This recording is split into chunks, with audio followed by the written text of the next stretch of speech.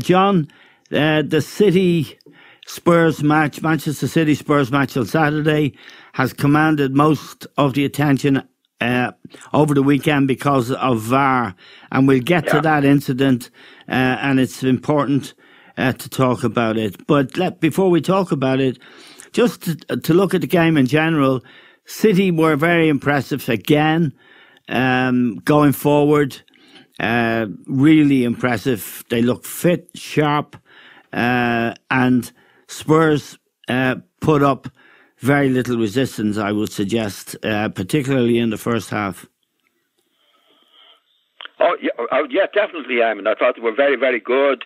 They played the high press, as they call it nowadays. Didn't give Spurs an inch. Could have gone 2 or 3 up, I think, by half time, or 3-1 up by 2 or 3-1 up by half time. So they were very, very, they were very impressive. Yeah, and we were talking during the game, and De Bruyne, in particular, contributed significantly to both goals. Great cross to the far post for Raheem Sterling goal, which was a superb goal. He still had an awful lot to do. And then, of course, he crossed it for Aguero to score the second goal. His general play, I thought, was left a lot to be desired, but he did make those, very significant interventions. Yeah. Well, he's well capable of doing that, Eamon. He's the best on the City team at picking out a pass, as they say nowadays. Yes. Which is decisive, whether it be from the midfield or doing what he did for the crosses. But his general game, Eamon, in my opinion, he's a peculiar type of lad in that he seems to get his head down. If there's a mistake made between him and one of his colleagues, it's always the colleague's fault. So I think his play overall certainly wasn't as good as I've read or heard in the newspapers. Yeah. I think it's his attitude. Eamon, he seems to, I don't know, as if he wants it all his own way. He's very talented, but wants it all his own way, and is not a lad who can gee the other players on. He's more likely to get onto him, and if he makes a mistake, doesn't admit to it. So I don't like that in him. Certainly his quality and his passing abilities is first class, and did produce the passes for the 2 goals on the weekend, which he's capable of doing. But I'd like to see more from him in terms of discipline and being a team player in certain ways. Yeah, Liam, City at West Ham the week before, 5-0, hugely impressive. And for the first half of this game, they really, as John said, they smothered Spurs, and they look fitter and sharper. And Sterling in particular with that goal was, it was a really brilliant goal. And yet, Lamela scored for Spurs from nothing. They don't appear to be able to defend. And the second goal that Spurs got more, I think Spurs were in their box 3 times, Liam, in the first hour and a half of the game, which is all of it, and scored 2. Yeah, well, that's been Guardiola's problem down through the years, whether it's Man City or Bayern Munich or Barcelona. His philosophy is to outscore the opposition, and sometimes it just doesn't happen. A lot of the games that they dropped points last year, they totally dominated. Very few teams will dominate Man City because of their talent and because of the way they play. It definitely is a weakness in his coaching that the defence does give up goals. The marking for Lamela's goal was poor. He got in a position in between the midfield and the defence. Yeah. Nobody really picked him up, and he had lots of time. I think it was a goalkeeping error as well. His positioning wasn't very good because the ball didn't go into the corner. It went probably 1.5 yards, away from the post, and yet the goalkeeper was nowhere near it. So that was an error as well. They've always had a problem at set pieces. They've always given up goals at set pieces, and Lucas Moura coming on, perhaps there was difficulty in knowing who should pick him up or so forth. But he got a run on people, and he's not that tall, but It was a great header, wasn't it? It was a terrific goal. Yeah. But Man City have that problem, and it's cost them under Guardiola's management over the last 2 or 3 years. It's probably cost them winning the Champions League. Yeah, and it's fair to say, John, isn't it? And I'd like to ask the same question of Liam. That, I mean, Lucas Moura was on the pitch 15 seconds. Kyle Walker was the nearest player to him, defender. But the absence of a commanding central defender, and now that Vincent Kompany is gone, will hurt City. And when they play the better teams, and this maybe explains their trouble in the Champions League, when you play the best teams, they're going to have forwards that will hurt you, and you're going to have to defend.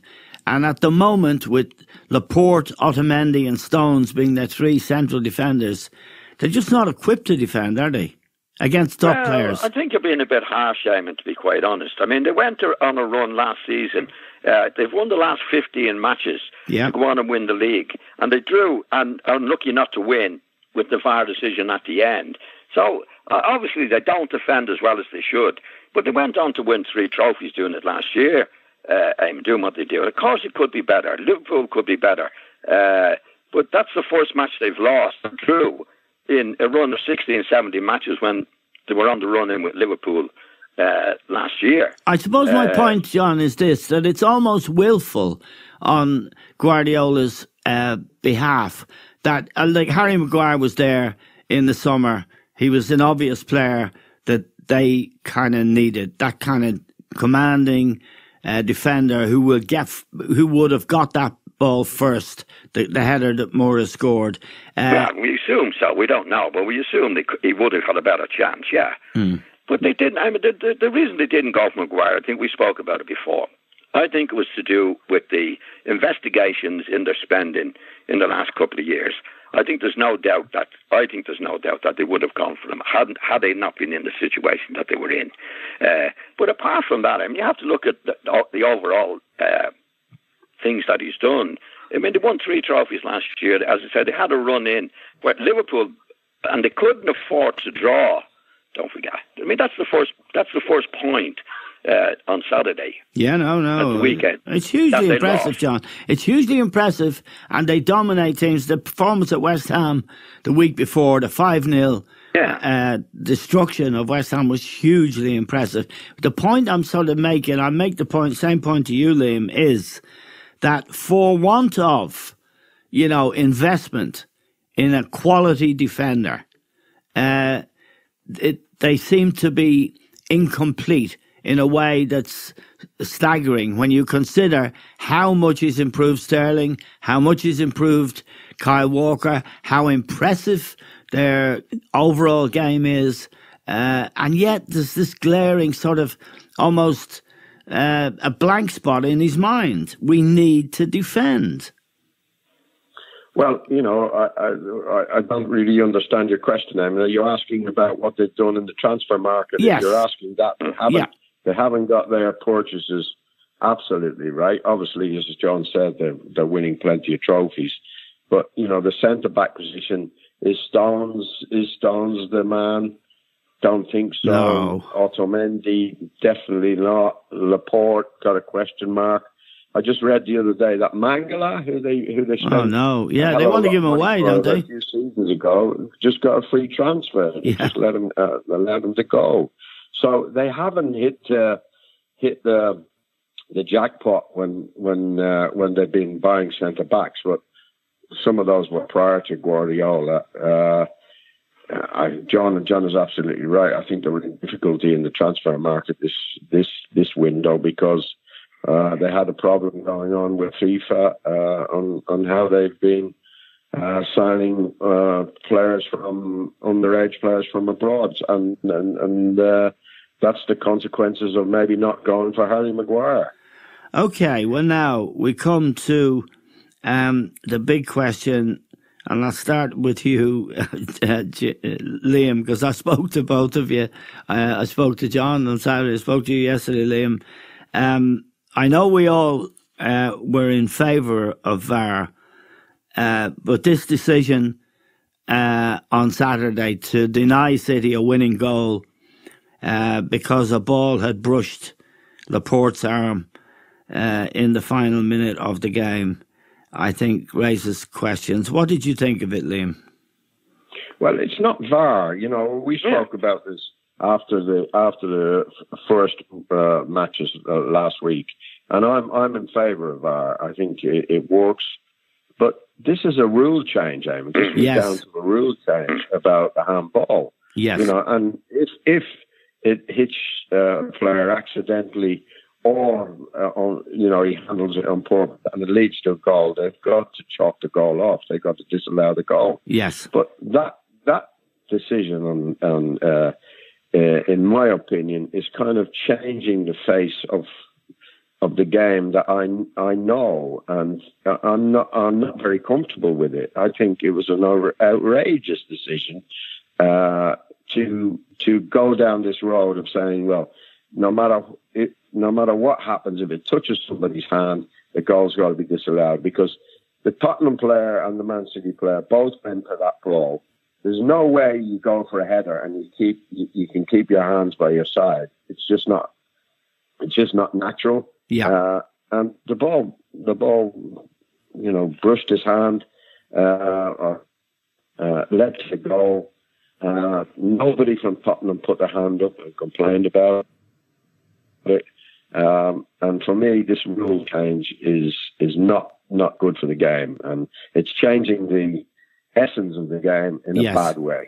Yeah, I mean, John, the spirit of the game and the spirit of the law and discretion was always said to be the best referee's secret weapon. The common sense was a great thing for referees. Now, as Liam says, this isn't VAR per se, it's a rule change, and it takes discretion away from Michael Oliver, the referee in this case, completely, and it's bad, isn't it? It's terrible, Eamon. I mean, I read it over the weekend, people saying, oh, VAR is ridiculous and it's terrible. Nothing to do with VAR, actually. As Liam says, and you said quite rightly, this is a rule change. This is down to the referees or whoever is making decisions to change the rule. It's taken the discretion and the decision making away from the referee on the field and giving it to a guy in a box, which is not the idea of VAR originally. No, and I think that doesn't happen for all the decisions, Eamon. I think it happens for the particular decision about the handball where the referees didn't see it and they called it from up above. But I think overall, the referees, I mean, that's the rule now. It's taken out of the referee's hands. Once there's a handball in it, and whether it's accidental or not, it's a rule now that they're going to be punished for it, which they were at the weekend. Yes. The referee didn't make the decision, Eamon. Yes, no, absolutely. And I have to say... But that doesn't happen. But that doesn't happen for other decisions on the park. That's right. In the first half, when Lamela pulled Rodri down, and nearly choked him in the thing. Now, I think what's happened from above, that they should have the decision on that. Yes. You know what I mean? Like, I think they might have said to Reeve, you better have a look, and he says, no, I saw it, and it wasn't. So they're taking the power away from in some incidents, and they're not taking the power away from in other incidents. But you have to go back to who made these rules in the summer, Eamon. It's totally wrong, because the old rule was it intentional or was it not intentional? That was the old rule. And they're trying to bring that up to date, and they've made it worse. They have, yeah. Because there's not, I mean, even the Spurs players, I mean, you know, we're all players. Yes. If there was any sort of a handball, you'd be appealing against it straight away. Yeah. They didn't even notice it. Nobody else on the ground noticed it. No. But it didn't, and it doesn't apply to the defenders.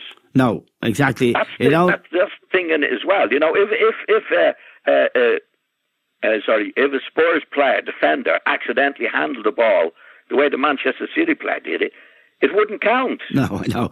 And it's important that we understand here. When I read these rules, Liam, before the season, I think I had it here in front of me. I spoke to you and John. I think the one thing I envisaged as a major problem was this handball rule, because it takes discretion away from the referee. And as John pointed out there, City should have had a penalty in the first half. Lamela did choke Rodri, and it was clear, and this is what's in the rule, VAR is to come into play when there's a clear and obvious mistake by the referee. Now, Michael Oliver, in the case of this, told VAR to get lost. He said, I've seen it, and I'm not giving it.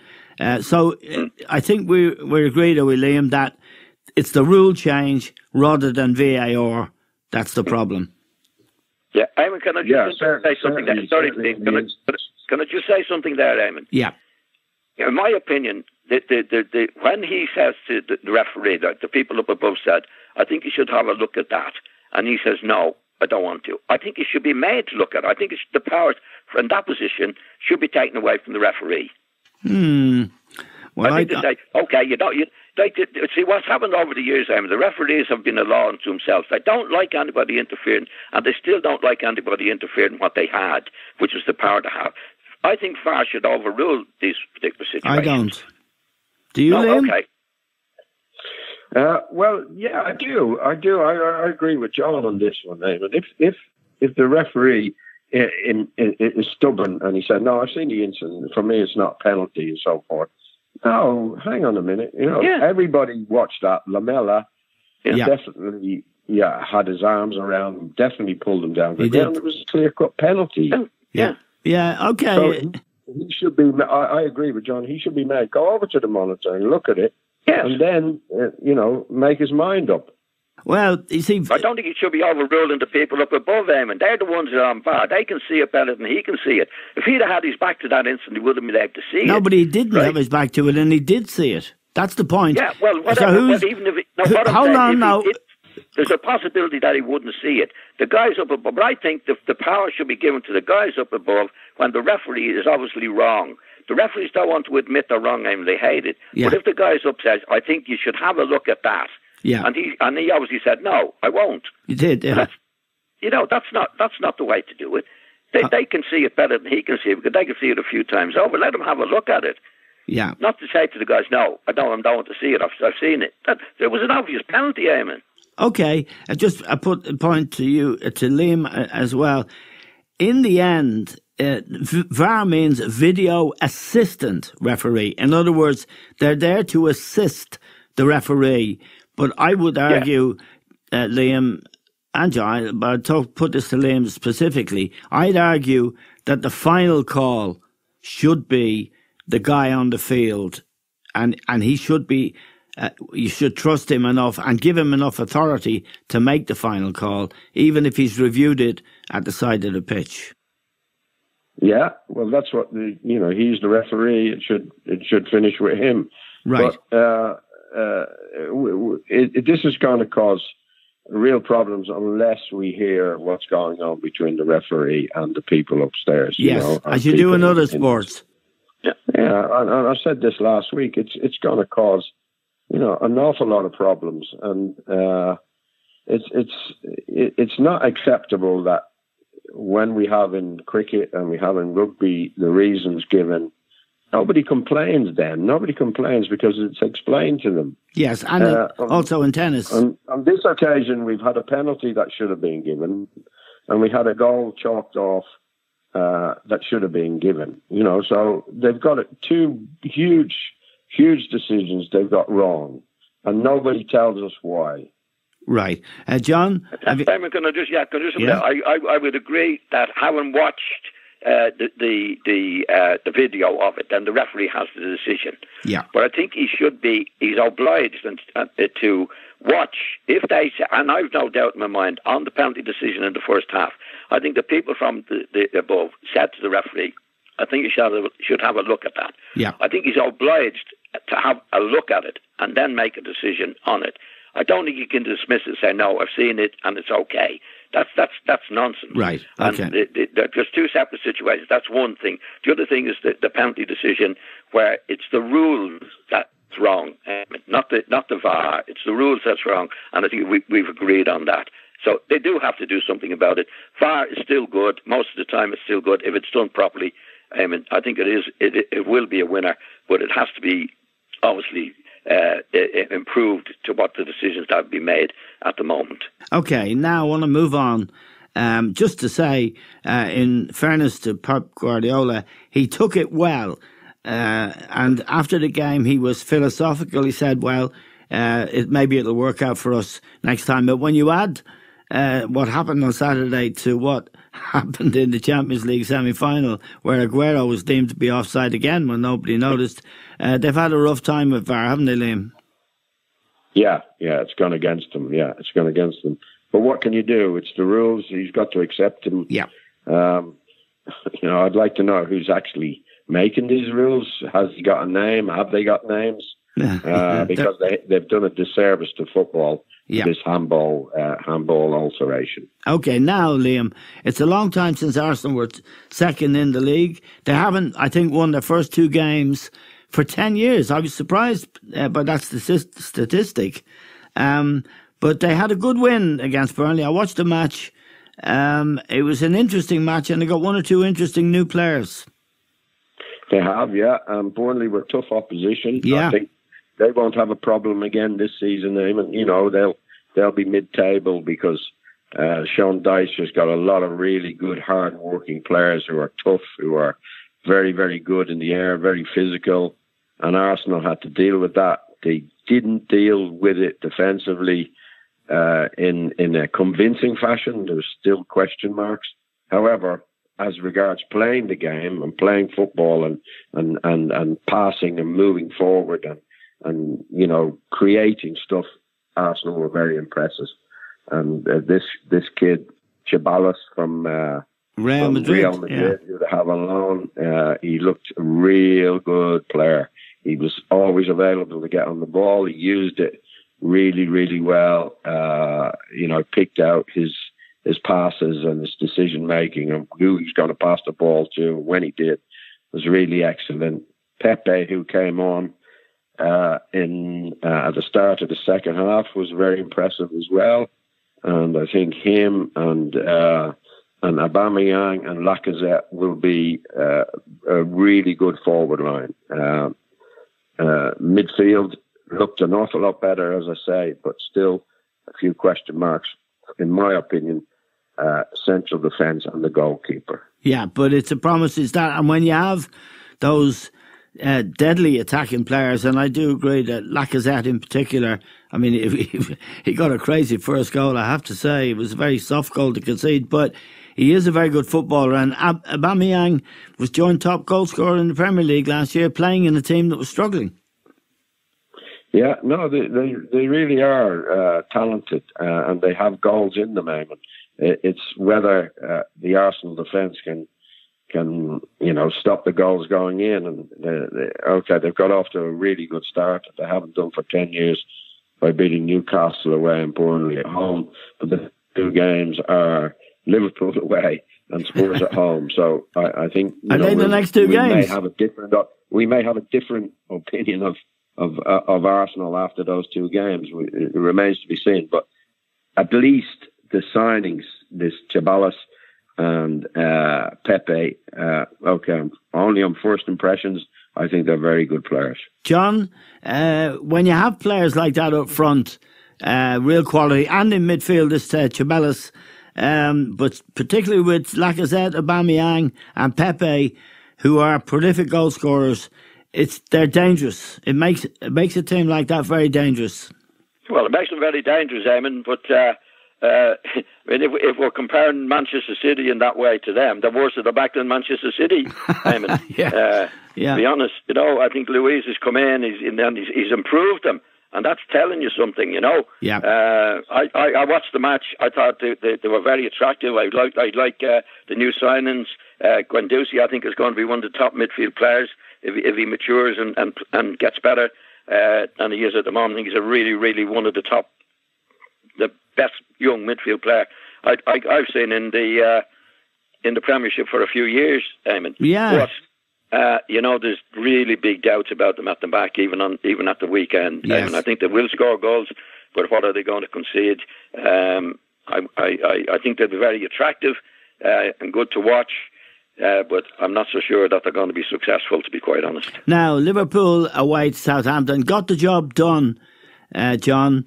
And after the week they had with that Super Cup, travelling to Istanbul, playing 2 hours with the extra time added, everything, I suppose to get out of Southampton with 2 goals scored and 1 gifted by the goalkeeper to Southampton was okay. I was a bit frightened of that game, but they got out of it and they've got a little start on City, so he'll feel that the first big hurdle of the season is jumped. Yeah, well, it was a very good result for them with the matches that they have. Yeah. But again, if you're talking about losing goals, especially with a goalkeeper doing what he did, yeah. Then I think Guardiola would be tearing his hair out, although he hasn't got any hair left in that situation. But overall, it's been a good start for Liverpool. But the goalkeeper is a bit flaky, I think, and so it could cost them with their the top goalkeeper out. But a good start for them, definitely, to go to Southampton. It's never easy anywhere to go in the matches that they've had and the travelling that they've had. So it's a very good start for them, there's no doubt about that. Now, what did you make, John? You watched the Chelsea game, the Leicester-Chelsea game yesterday at Stamford Bridge. Yeah. Again, Chelsea got a start, but I thought Leicester were useful. Very good, Eamon. The lad at the back, and there was very little, there's hardly any being mentioned of him. Now, I probably won't pronounce his name. Soyuncu, is it? Yeah. Soyuncu? Yeah. Coming in from Maguire. Yeah, the big central defender, yeah. Now, he looks like he's a winner. That's good business. I've never heard of him before. Did they buy him in the summer, or did they have him there? Or I think they bought him in the summer, John. Yeah, well, that's good. That's good business. On first impressions, Maddison's very good, and Didi. They got off to a bad start. They lost the goal early on, but they came back into it well, and they deserved a draw in the end. I mean, he has them well organised. I was impressed with them, and I think they'll be challenging the top 5 or 6 this season, Leicester, on the performance that I saw from them yesterday. They were well organised, good spirit about them, got off to a bad start, and come back into the game well. Yeah, Liam, Rodgers is always, his teams are good. He has actually been very good in the transfer market. He bought very good players and he coached very good players, improved players like Suarez, for example. He didn't buy him. Kenny Dalglish bought him, but he certainly improved him. He had Coutinho there. He's a good coach, Rodgers. Yeah, I think he's one of those coaches that you'd be looking to say he could manage at the very highest level. He could manage a club who they're looking to win the Champions League, or looking to win the Premiership. He was very unlucky at Liverpool not to win the Premiership. That slip by Steven Gerrard probably cost him the Championship. That one incident. Yes. So I think Brendan Rodgers is a fine manager, without any doubts. And I agree with John. I think Leicester are a bit like Wolves. They're going to be, maybe Everton, they're going to be asking questions of clubs like Arsenal and Spurs and Chelsea this season. They'll be trying to elbow their way into that top 4. Yeah, do you think, Liam, like the majority of people, it's just 2 games into the season, do you think the gap between City and Liverpool and the rest will be as big this year? That's a good question. Maybe not, because, you look at the points total that those 2 teams got last year. It was quite incredible. Yes. In the Premiership, there's no easy games in the Premiership unless you make them easy. You don't know what you're up against week in, week out. So for instance, going to Leicester this year for Man City might not be as easy as it was last year. Right. So I have a feeling that City and Liverpool will not achieve the amount of points that they did last year. I don't see it happening. Right. However, I do think that the title race is between those two. Yeah. John, we watched Norwich at Liverpool, and we were talking on the phone during the game, and this guy, Pukki, he's centre forward, Timu Pukki for Norwich. He scored at Anfield in the end, but he made a lot of great runs, and he looked dangerous. He's a Finnish player. Now, he got a hat-trick against Newcastle at the weekend, and he could have scored another as well. He's a very good player. You picked him out. I won't pat myself in the back, but you said to me that centre forward's going to do a lot of damage in the Premier League, and he did some damage, scored a hat-trick against Newcastle on Saturday. Yeah, he's a good player, and to look at him, he doesn't look like, well, not that anybody looks like a top player, but you can say certain players, they look really good. But he's cute, he's obviously intelligent in the positions he picks up, and finishes well. I think he scored a lot of goals for them last year as well. Did, yeah, he was the top scorer, yeah. Yeah, he's good, and Norwich were good in a certain way at Liverpool. I mean, yes. They know they went 4 down at half time, which it looked like they were in for a hiding. But to be fair to the manager, he didn't he didn't renege anyway on his principles of what they were trying to do. In the second half, obviously, they picked it up because Liverpool were well in front. But I was impressed with them in their attitude in trying to do it. Most teams going to Liverpool would say, okay, we'll play template, keep at the back and defend. They didn't do that. They looked like they were going to get a right hiding, but they didn't in the end. But he had the courage of his convictions to keep playing the way he did. And obviously, if they're playing at home against lesser oppositions, because they're not going to be playing Liverpool every week, it obviously came off for them at the weekend. I mean, and I hope, just looking at them, that they do well. I think they deserve to having the courage, and this particular player, to do what's needed to be done for them. Just before we move on to tonight's game, Liam, between Wolves and Manchester United, it's early days, of course, but things look pretty grim for Newcastle and for Steve Bruce. He's a good man, a good football man, Steve, but going in there is a tough assignment, isn't it? Yeah, it's that job is a poison chalice. They have huge support, but they also have huge expectation.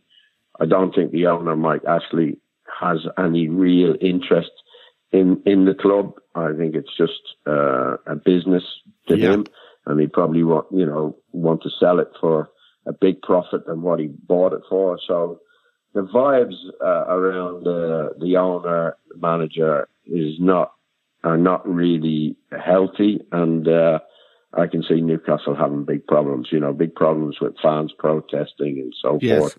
About Ashley, about Bruce. They didn't look much of a team when Arsenal beat them on the first day of the season.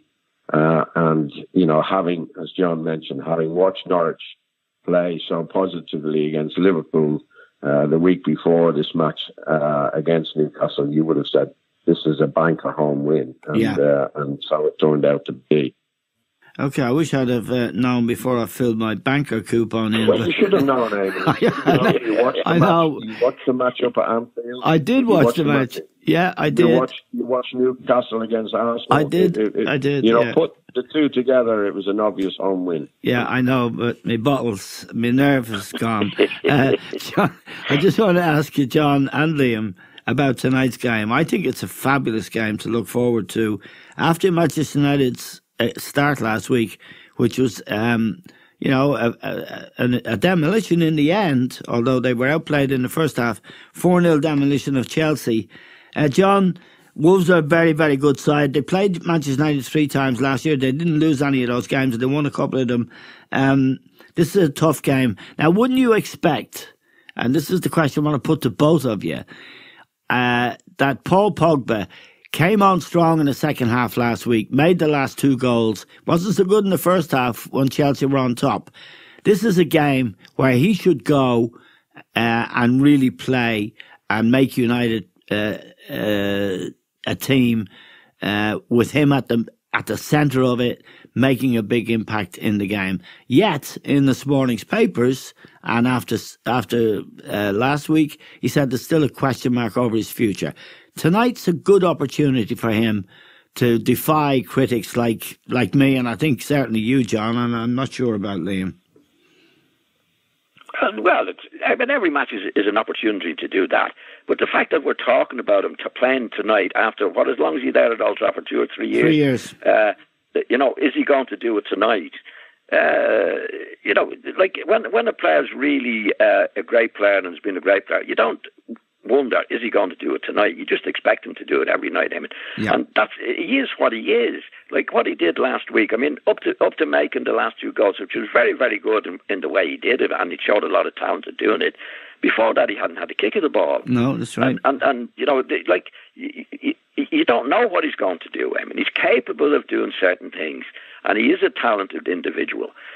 But can you depend on him doing it? That's the problem. And what we've seen so far at Old Trafford, you can't depend on him. You don't know what to expect from him tonight. And when you have really top-class players, when you say Scholes playing in that position, Roy Keane in that position, we never wondered going to Wolves, how is he going to play tonight? No. You know what I mean? And you don't do that. Now he is a very, very controversial individual because he has talent. Is he going to do it? Does he want to leave? Does he not want to leave? We don't know. And if you ask me what to expect tonight from Pogba, I couldn't even try to tell you. Okay, no, that's a good answer, and it's the right answer, John. Liam, I think Wolves might do them tonight. I don't wish that to happen, but I have a feeling they've done well. They've bought more players, and Mendes, the super agent, who's Ronaldo and Mourinho's agent, he's got a piece of Wolves. He owns a piece of it. They bought well last year, and I think they bought well again this year. So I think the question about Pogba, perhaps I phrased it the wrong way, but John answered it in a very definitive way. If it was Paul Scholes or Roy Keane, you wouldn't be wondering. What do you expect from him tonight? Well, I thought Man United were flattered by the scoreline last week against Chelsea. I thought,